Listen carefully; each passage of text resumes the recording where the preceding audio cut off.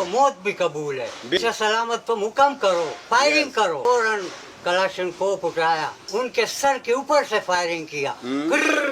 सारे भाग गए, एक ही बैठा हुआ था। वो बादशाह बड़ा खुश हुआ। बादशाह ने बोला, वाह जवान के बच्चे वाह, मान गया तुम नर का बच्चा।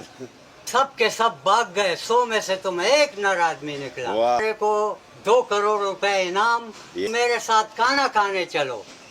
सरदार बादशाह सलामत, मैं तो खड़ा नहीं हो सकता। क्यों नहीं खड़ा हो सकता? बादशाह ने पूछा। उसने बोला, बादशाह सलामत, हमारा तो डर से टट्टी निकल गया।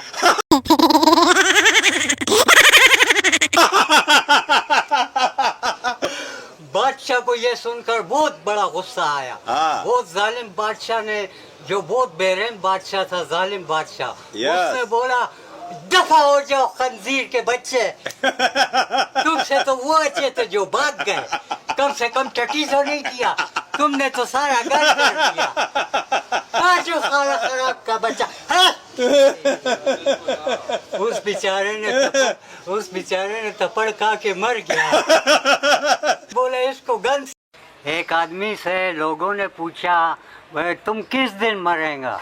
उसने बोला, जिस दिन मेरा गधा 3 दफा टीट मारेगा उस दिन मैं मर जाऊंगा। एक दिन लोग बैठे हुए थे, वो आदमी गधे के ऊपर गुजर रहा था, तो गधे ने एक दफ़ा टीट मारा, फिर दूसरी दफ़ा टेढ़ा हो गया, वो क्रॉस हो गया, दूसरी दफ़ा टीट मारा, दूसरी तरफ क्रॉस हो गया, तीसरी दफ़ा टीट मारा तो वो गिर के ज़मीन पे मर गया। लोग जमा हो गए, बोला यार इसका गुस्ल करो, जनाजा करो। लोगों ने जनाजा गुस्ल किया, इसको लेकर जा रहे थे, तो रास्ते में कब्रिस्तान में 2 रास्ते आ रहे थे। लोगों ने बोला कि अभी इसको कौन से रास्ते पर लेकर जाएं, इस रास्ते पे लेकर जाएं या उस रास्ते पे?